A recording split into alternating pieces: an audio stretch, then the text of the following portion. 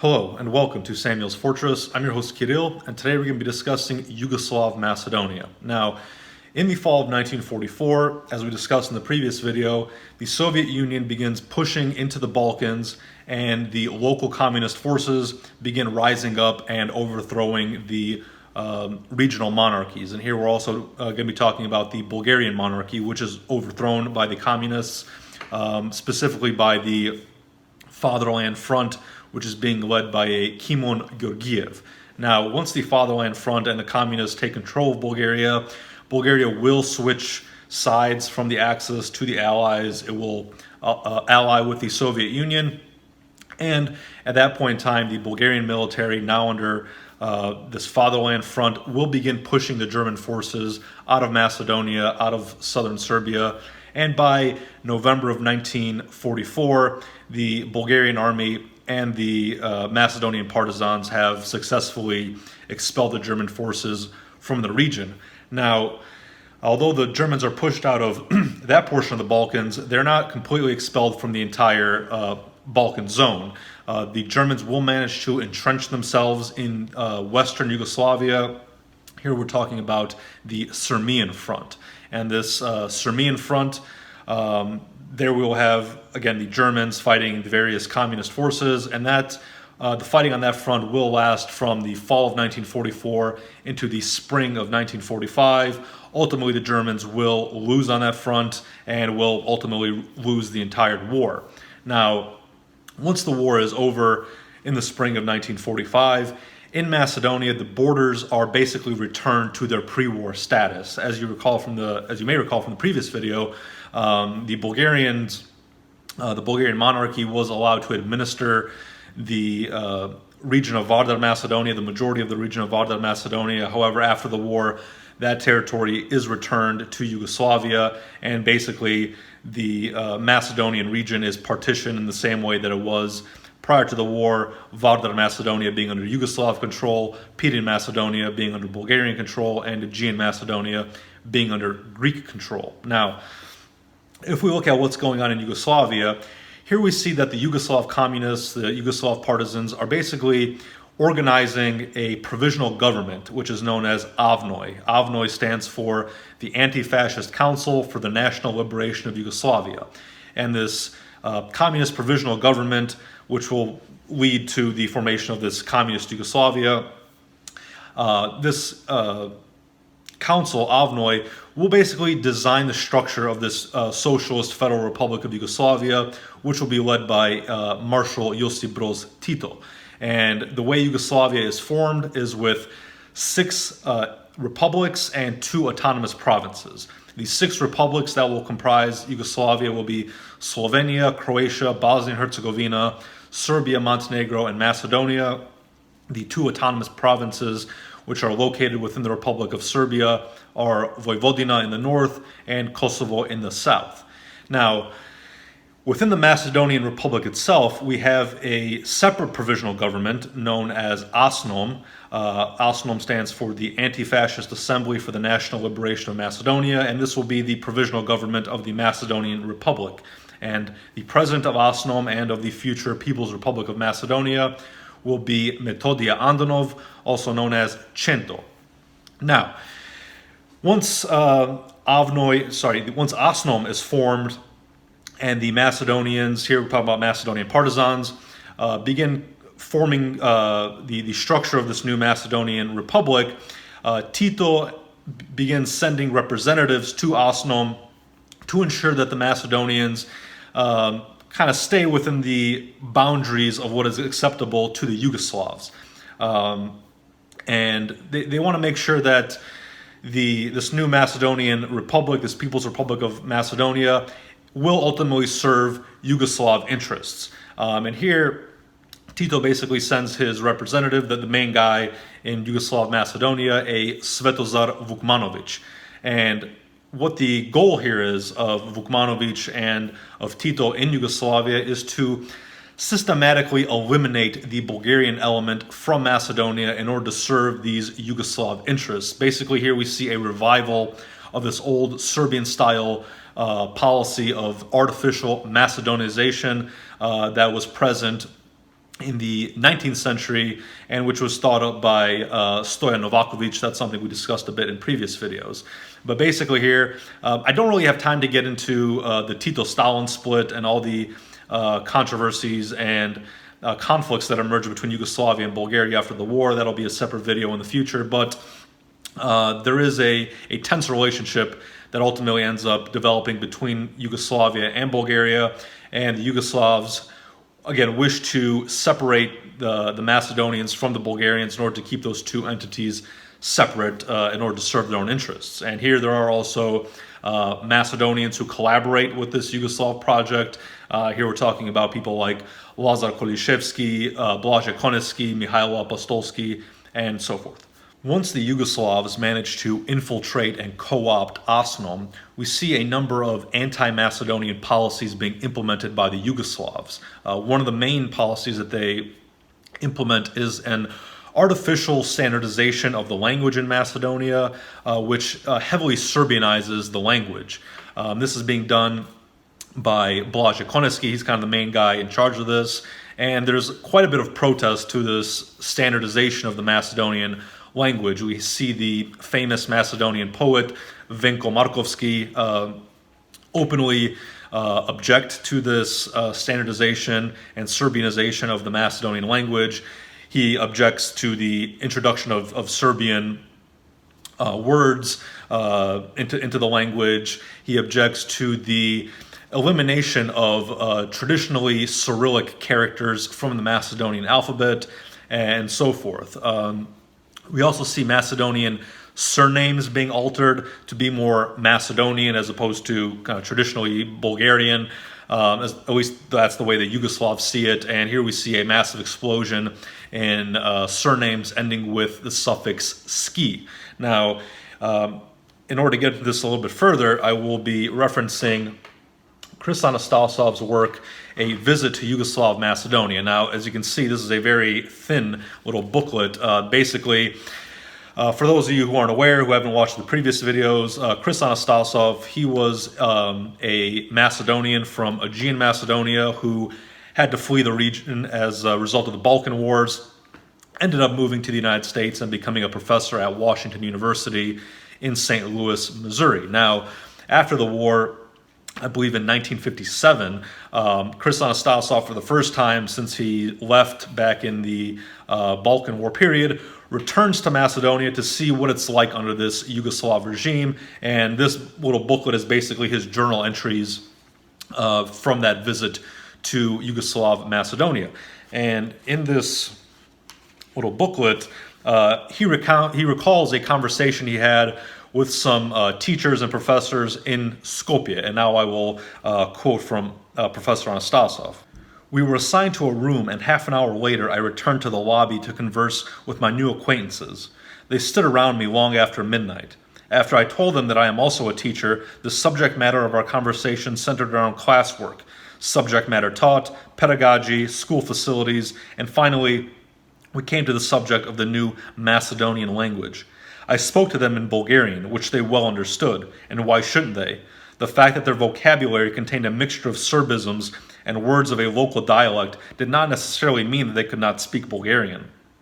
Answering some of their questions, I told them that I was born in Aegean Macedonia, and that 45 years ago I went to the United States, where I completed my secondary and university education. But how do you remember the Macedonian language? You are speaking it very well," asked one of them, who is currently assigned to teach the new Macedonian language in a school in Tito Veles. "Young man," I said, "the language with which I am now conversing is not the Macedonian language. It is Bulgarian. It is the language of your father and mother, as it is the language of my father and mother. I am of Macedonian descent, as you are. I learned to speak Bulgarian in the village where I was born and in the city where we later moved to live, Lerin, which is now, as you know, under Greek rule. I left Macedonia in 1912 while the country was under Turkish rule. In what is now Greek or Aegean Macedonia and also Yugoslav or Vardarska Macedonia, there were hundreds of Bulgarian primary and secondary schools, churches and monasteries. Where are they now, I asked. Here in Skopje prior to 1912, I continued, there were several primary schools and the well-known St. Kirill and Metodia Gymnasia. What happened to them, huh? In addition, there was also a Bulgarian pedagogical school in Skopje, whose director was the noted Bulgarian Macedonian revolutionist Hristomatov from Struga. What became of this school, I asked again. My listeners began to show signs of bewilderment. No one was in a position to answer my inquiries. On the way to my room at the end of our interesting discussion, one of these young teachers approached me and said in a low voice that his father had told him about the Bulgarian schools in Bitola and also about those in other cities and towns throughout Macedonia prior to 1912. Yes, I said, your father has told you historic facts. My brother, who now lives in Sofia, Bulgaria, attended the Bulgarian gymnasium in Bitola. But can you tell me, I asked, what became of the Bulgarian gymnasia in Bitola? At that time, the young man's reluctance to indulge in further discussion of such matters was obvious. Now, Chris Anastasov will go into much greater detail as far as his observations on the developments in Yugoslav Macedonia regarding names, the language, and so forth. And here I will quote from him in that regard. Chris Anastasov writes, "The local Macedonian Bulgarians were forbidden then, as they are now, to use their centuries-old mother tongue, the Bulgarian. Before 1919, Belgrade called the Macedonian Bulgarians pure Serbs. Ignoring the geographic historical concept of Macedonia, the Belgrade regime renamed the country as Southern Serbia. Using every possible means of assimilation between 1919 and 1939, Belgrade failed to Serbianize the Macedonian Bulgarians. Familiar with this fact and working to attain the same objective, Tito and his chief of police, Rankovic, began to apply a different but far more crafty method. They announced to the world that they would recognize the name Macedonia and permit the local population to use the, quote, Macedonian language. While before the war, King Alexander's regime had changed the names of the local Bulgarians by adding to their last names the suffix ich instead of ov, Tito's Skopje emissaries now changed the suffix ich to that of ski, which is supposed to be a Macedonian ending. For centuries, it has been known that in Macedonia, the local Slavic population speaks the Bulgarian language. This fact has been scientifically proven by leading Slavic philologists such as Kondakov, the Czech historian Šafarik, Vratoslav Jagic, Professor Florinsky, Professor N.S. Deryavin, and Professor Paul N. Milyukov. But in Macedonia live also the following ethnic groups which speak their own language: Albanians, Turks, Greeks, Aromanians, and Jews. The Serbs call the Macedonian Bulgarians Bugari. The Greeks are calling them Vulgaros, while the Turks call them Bulgari Millet. These facts are known to everyone who has visited Macedonia. In Switzerland, it is well known there also live different nationalities: French, German, and Italian. Each one of these ethnic groups respects the spoken language of the other. Until now, to no one in Switzerland has it ever occurred to say that the French, the German, or the Italian speak a separate Swiss language. Such a language never did exist and it never will. Has it ever occurred to anyone in the United States or Canada to say that we speak a separate American or Canadian language? Such an assertion would be absurd and laughable. Similarly, in Macedonia, there is no Macedonian language. The language which the Macedonian Slavs speak is Bulgarian, phonetically and its grammatical construction. By creating a new Macedonian language, Tito, Rankovic, and company are attempting, by an indirect method, to Serbianize the Macedonian Bulgarians. They are hoping to instill in the minds of the Macedonian Slavs the idea that they are not Bulgarians, but simply Macedonians, and that they should renounce their Bulgarian past, their traditions, and their culture. Should they succeed in this effort, the process of assimilation and Serbianization would be hastened more and more. While in Skopje, I was interested to find a newspaper published in communist Bulgaria, but none were to be found. Not even Rabotnichesko Delo, the official organ of the Bulgarian Communist Party. Why are Tito's Serbo-communists of Skopje afraid to allow Bulgarian newspapers in Macedonia? Newspapers and books are being published today in Skopje, the so-called capital of the Federal People's Republic of Macedonia, and they are written in a dialect spoken only in northwestern Macedonia. The other parts of Macedonia were neither asked nor taken into consideration when the new Macedonian language was organized. But even this Macedonian dialect, the basis of the new Macedonian language, is greatly distorted. It has been mixed more and more with Serbian words, which have never before been used by the local population. With the announcement of the new Macedonian language, it was necessary that this new language should have its own grammar. Tito's Skopje emissaries were incapable of writing such a grammar. For that purpose, two Soviet philologists came to Macedonia to study the speech of the local population, according to which they were to organize the grammar of the new Macedonian language. After several months of work, these Soviet philologists completed their project. When they compared the grammar, which they compiled on the basis of the local speech of the population, they saw, to their amazement, that it was identical with the grammar of the Bulgarian language. The well-known Russian journalist Ilya Ehrenberg had visited Macedonia 9 years ago.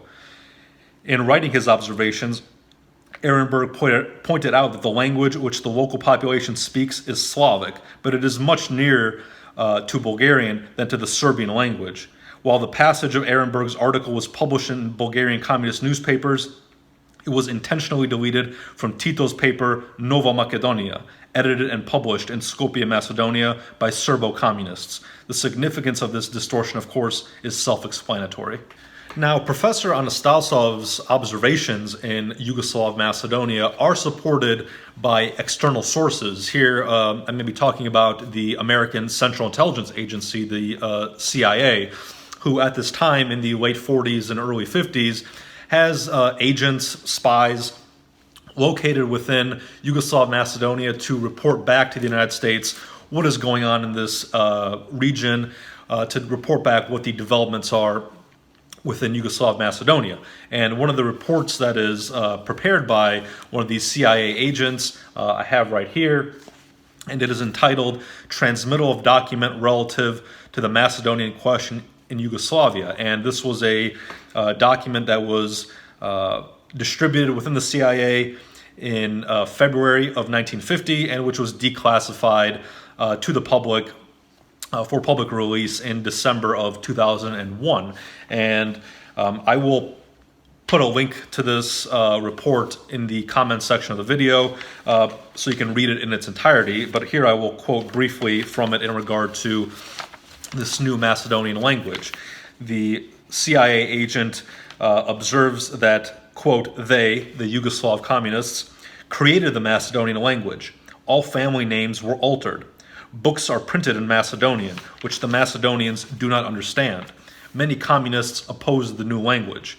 The Macedonian language of today is created by decree of the communist regime. That CIA report, which I just cited, accurately states that the Macedonian communists are also opposed to this Yugoslav project of altering and distorting the Macedonian identity due to the fact that the Macedonian communists, although they're not pro-Bulgarian in the sense that they do not wish to be part of the Bulgarian state, they do not wish to be ruled by Sofia, they are also not anti-Bulgarian. They don't deny their their Bulgarian past, traditions, cultures, and so forth. They, although they support the idea of a Macedonian national identity, they don't support it in this Yugoslav fashion, which distorts the Macedonian identity. They accurately view that the Macedonian national identity is in a way an outgrowth of the Bulgarian national identity, which occurs.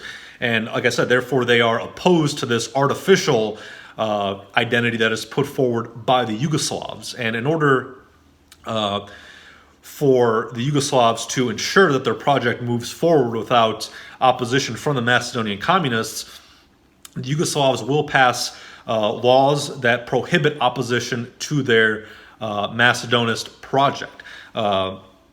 Here, one law I will cite is the Law for the Protection of Macedonian National Honor. And I will now read this law, which I translated crudely into English. So the law states, quote, at a time when Macedonia was occupied by the German and Bulgarian fascists, when the Macedonian people were experiencing difficult moments in their national existence, when the most ardent national forces, by all of their means, even with weapons in hand, fought to preserve the Macedonian nationality, language, and culture, and the Macedonian name, there were defeatists and traitors in our people, either from personal interests or from societal pressure, who cooperated in all ways possible with the occupiers, giving power to their fascistic denationalization policy. In that way, they betrayed their people and tarnished the Macedonian national name and Macedonian honor. The Macedonian people cannot leave the perpetrators of these atrocities unpunished. On this basis, the Anti-Fascist Assembly of the National Liberation of Macedonia adopted the following resolution. Section 1.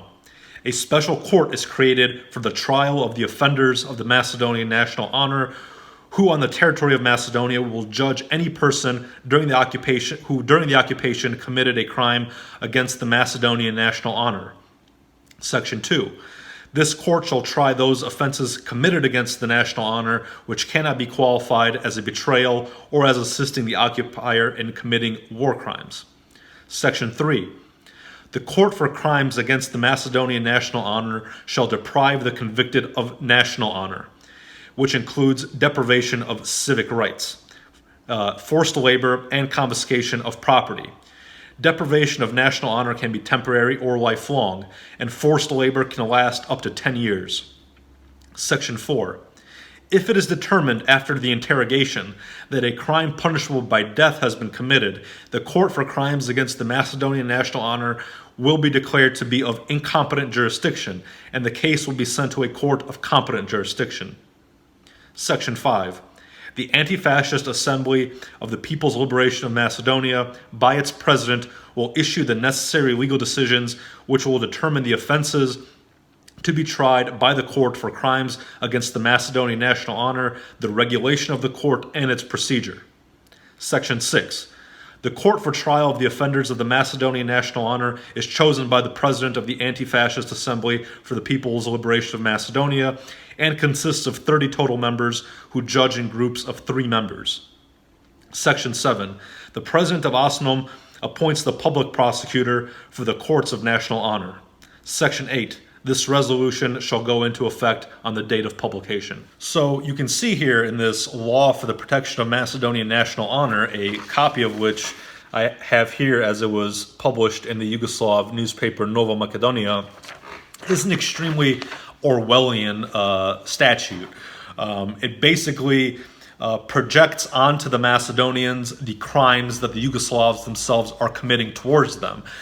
Basically, the Yugoslavs themselves are engaging in a attack on the Macedonian national honor, the language, the identity of the people, and it is projecting the crimes that the Yugoslavs themselves are committing onto their victims. And it is also, as you can see here, setting up kangaroo courts. Basically, the Yugoslavs will create the courts, they will appoint the judges, they will appoint the prosecutors, they will determine what the laws are, and they will determine what the punishments are. So this is a complete farce on behalf of the Yugoslavs, and it will result in complete and total absurdities on the ground. For example, during the first session of OSNOM, prior to the Yugoslav infiltration of that organization, the Macedonian partisan revolutionaries, they sang the anthem of the old IMRO, of the Internal Macedonian Revolutionary Organization, the March of the Macedonian Revolutionaries.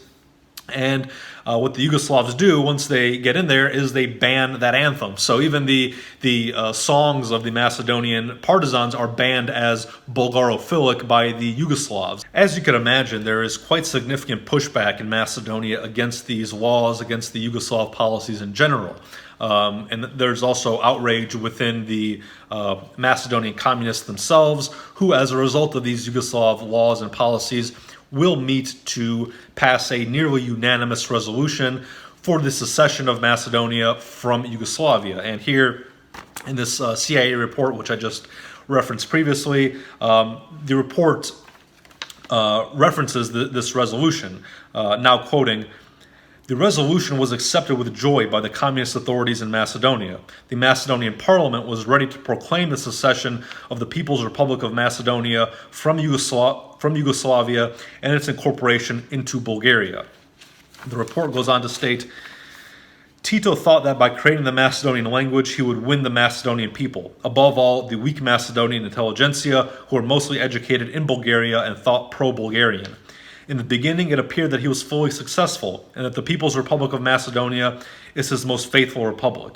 Such was the situation as long as the Macedonian intelligentsia, exploiting the rights awarded by Tito, thought that they were drifting away from the Serbs and away from Belgrade. It was the trend towards independence with the Common Form Resolution. However, the same Macedonian communist intelligentsia believed that the time had come to show their true colors and manage the following steps: incorporate Macedonia into Bulgaria. In the aftermath of this resolution, we will see the president of the People's Republic of Macedonia, Metodia Andonovcento, resign from his post as president of the People's Republic of Macedonia and begin working towards secession of Macedonia from the Yugoslav Federation.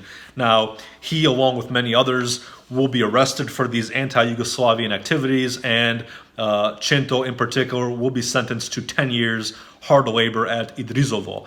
Also, Venko Markovski, the Macedonian poet, which we referenced previously, will also be sentenced to the prison camp at Idrizovo for his anti-Yugoslav activities. Markovski will, once released from Idrizovo, will continue his anti-Yugoslav activities and will be sentenced later to 5 years hard labor at the prison camp at Goli Otok for writing a poem which was critical of Marshal Tito. Goli Otok, for those who are unaware, was the infamous Yugoslav prison camp located on a small island in the Adriatic Sea, which was a real hell on earth. Now, the CIA also has a report entitled Prison Camps in Macedonia, which document what it is like in these Yugoslav prison camps located within Macedonia itself. Now, the report states, quote, "The prison camp in Idrizovo has approximately 4,000 inmates. Most of them were imprisoned because of opposition to the Tito regime. The director of the prison is Kamenkov from Bitola and his assistant Tsivko. The prisoners receive no food at breakfast time, and for lunch and dinner they receive cabbage and some grain. On Sundays they receive fresh beans and water. Working prisoners receive 600 grams of bread per day. Non-working prisoners receive 350 grams per day. In spite of the meager diets, the prisoners are forced to do manual labor in the fields and on road construction. The following are prison camps in the Skopje area where political prisoners are interned. Camp at Zagrebačka Street, Skopje. Camp at Vodno, a village near Skopje. Camp near the Auto Command in Skopje. Taftalize Camp. Camp in Sarai. And camp at Mount Skopska Crna Gora. A prison camp which has 700 political prisoners is located near Leskovac, Macedonia. The prisoners are working on a new road which will connect Tetovo and Sveti Naum. The director of this camp is Rajko. Near the village of Trepeca, Macedonia, is a camp which has 500 political prisoners. 2 prison camps are located near Bitola, one in Magarevo and one in Radobor. So here is a list of the prison camps in Macedonia as documented by the CIA and the conditions within those camps. And ultimately, about 1,300 is estimated Macedonians will be sentenced to death under these laws, and many, many more will be imprisoned in these labor camps as a result of their opposition to the Yugoslav policies. Cento himself, at the end of his 10-year term at the prison camp in Idrizovo, will die very shortly after his release due to the starvation and torture which he suffered in the camp. Now, what is the ultimate impact? What is the ultimate consequence of these Yugoslav policies on the Macedonian question? Well, ultimately, they will derail and artificialize the Macedonian national development. As I've gone over in quite some detail in previous videos, since 1878, with the birth of the Macedonian question, we see a natural and organic Macedonian ethnogenesis. We see how the Macedonian nation is birthed and how it is slowly developing into a separate national identity and a separate ethnic identity. And what these Yugoslav policies do is that they basically pervert this natural and organic Macedonian ethnogenesis in order to suit the goals of the Yugoslav government. Absent these Yugoslav policies, Macedonia would have had a decades or maybe even a centuries-long process of natural ethnogenesis, where the Macedonians slowly would have developed their own national consciousness, ethnic consciousness, where some of the disagreements between Macedonians as far as how much the Bulgarian identity should be emphasized within this new nation, all those questions could have been naturally sorted out and developed over the decades, over the centuries, had this been allowed to develop naturally. But again, we see what the Yugoslav policies do is they derail this natural and organic process and pervert it in order to suit, again, their interests. And these Bulgarian policies aren't just anti-Bulgarian, they are deeply anti-Macedonian, because again, they're not just removing the Bulgarian element from Macedonia, they are again perverting the natural Macedonian national development. So this is why these Yugoslav policies were extremely detrimental, and this distortion of the Macedonian identity done at the hands of the Yugoslavs still echoes today, as this mindset that was created by the Yugoslavs still results in the inability of a lot of Macedonians to deal with these topics surrounding Macedonian history and the Macedonian ethnogenesis objectively. Now, I would like to end this video and this 20-part series on the Macedonian question ranging from antiquity to the 20th century with a quote from Professor Chris Anastasov. "Freedom is the same in every language. The aspiration of humanity for justice, truth, and mercy are the same in every language. A new term and its old implications stand across our path. This term is the Iron Curtain, a result of the world's ideological differences. Now again, the world reads of countries in the shadow of the Iron Curtain: Albania, Bulgaria, Czechoslovakia, Hungary, Poland, and Romania. Ideologically, and to a high degree politically, in these groups of states, we find Yugoslavia the most grotesque and the most disliked by its constituent races and nationalities. A hybrid of recent creation, Titoslavia now aspires to achieve what the ultra-imperialists of the former Serbian dynasty failed to accomplish. In the heart of the Balkan Peninsula lies the region known from ancient times as Macedonia. It is the same country that St. Paul saw in his vision. Quote, 'There stood a man of Macedonia and prayed him, saying, Come over into Macedonia and help us.' Yet it is the same country which now stretches hands across the seas and pleads for redeeming help."